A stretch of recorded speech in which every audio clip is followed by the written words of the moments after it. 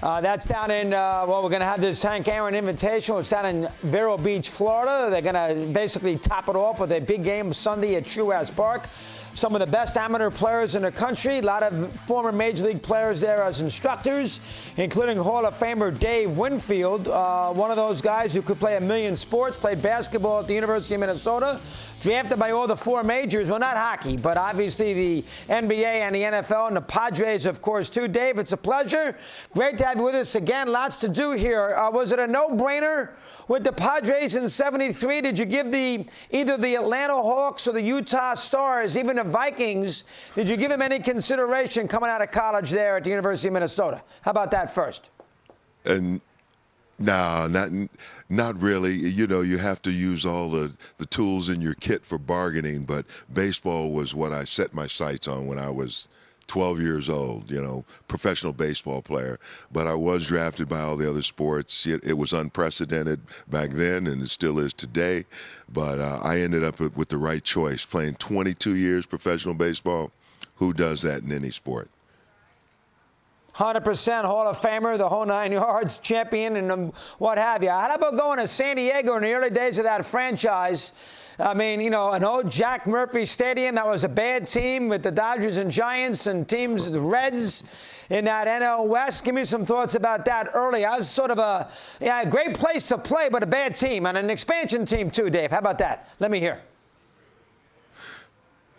Oh, boy. 1973 Padres, only 4 years in the major league circuit. And let's just say sometimes people were too old to be very good or too young to be very good. But it really gave me the opportunity to go directly from college World Series. And then the next week, I'm on the field playing against guys like Willie Mays and Hank Aaron and those kind of things. So my eyes were big as saucers. I had a lot to learn, and the Padres gave me the opportunity to come to the dance, and I did my thing.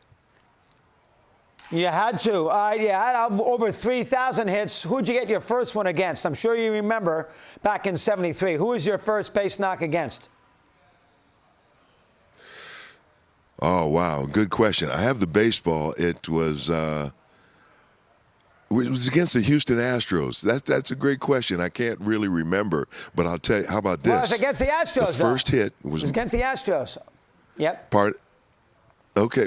Yeah. So my first hit, I smashed the ball off the Doug Rader's glove at third. He was a Gold Glover back then, and I remember him scrambling to his feet, firing to first. The throw was high to Lee May at first base, and big Dave Winfield, his first major league hit, I slid head first into first base.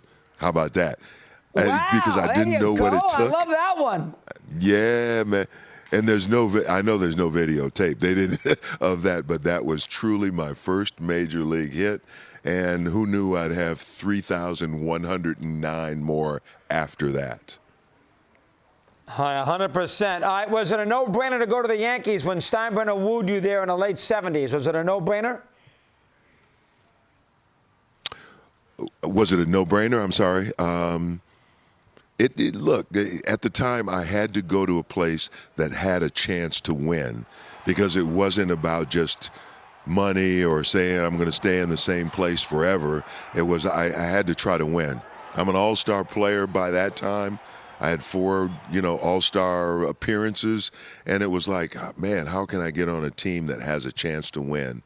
And, there was a lot of good stuff with the Yankees, and there was a lot on the other side of the ledger as well. And it's well noted, but that was the second step in my career. A couple of things on the Yankees, and we're not going to get into the George thing with Spira, but how about you and Mattingly at the batting race at the end of the year? I've talked to Don about that a lot. He said you're one of his best ever teammates, and that was a great race with you and Wade Boggs there at the end in the early '80s to win a batting championship. How about that for a sec? Let me hear. Well, I mean, if I hear you clearly, Don Mattingly and I were friends. We were going, the team wasn't playing very well. So the people were coming to watch two guys play very well, two of the league's leading hitters. And there was a lot that was going on my behalf, I don't want to get into it here, depositions and everything else, but you come to the ballpark and you give your best. And I ended up, let's see, I hit 340, and Don Mattingly, I think 341, 342. So that's not too bad by two teammates. Not bad at all, 100%. You had to win a championship somewhere else. You played for the Yankees for a long time. You had a couple of opportunities. 85 late with the Blue Jays, a good race.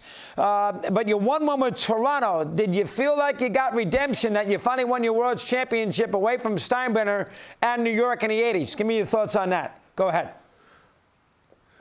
Yeah, I wouldn't necessarily just call redemption at first. I'd say I fulfilled a dream. From my youth, I always wanted to, that's how you finish every practice every day. Men on base, you get a hit, 2 outs, World Series, you walk off champions. So it took me a long time, almost a generation, 2 decades, but I was able to reach my dream. And just despite things that were said earlier in my career, I was able to play on a good team, had a lot of fun, and we reached the pinnacle. So that's probably the highlight of my major league career. 92 Blue Jays beat Atlanta. You saw the hit by Dave in Game 6 down at Fulton County. Dave referring to the George moniker, Mr. May, which I'm sure drove him nuts. You wore the Padre hat at Cooperstown.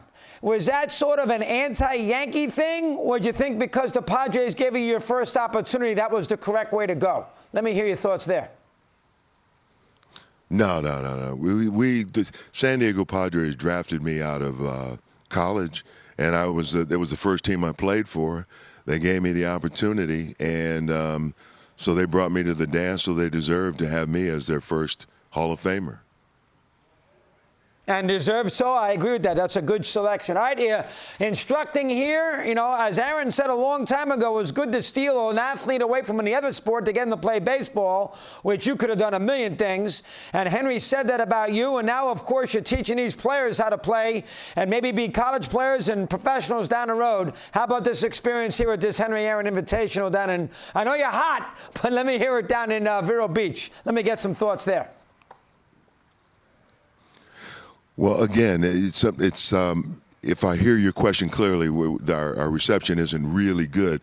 But I'm down here in Vero Beach, and we're doing what they call a Hank Aaron Invitational, and it's one of the best joint programs between Major League Baseball, the Players Association, and I'm on the board of the Youth Development Foundation. So we put all of our efforts together, bring 250 kids over a 2-week period down here, and we put a lot of resources towards their benefit.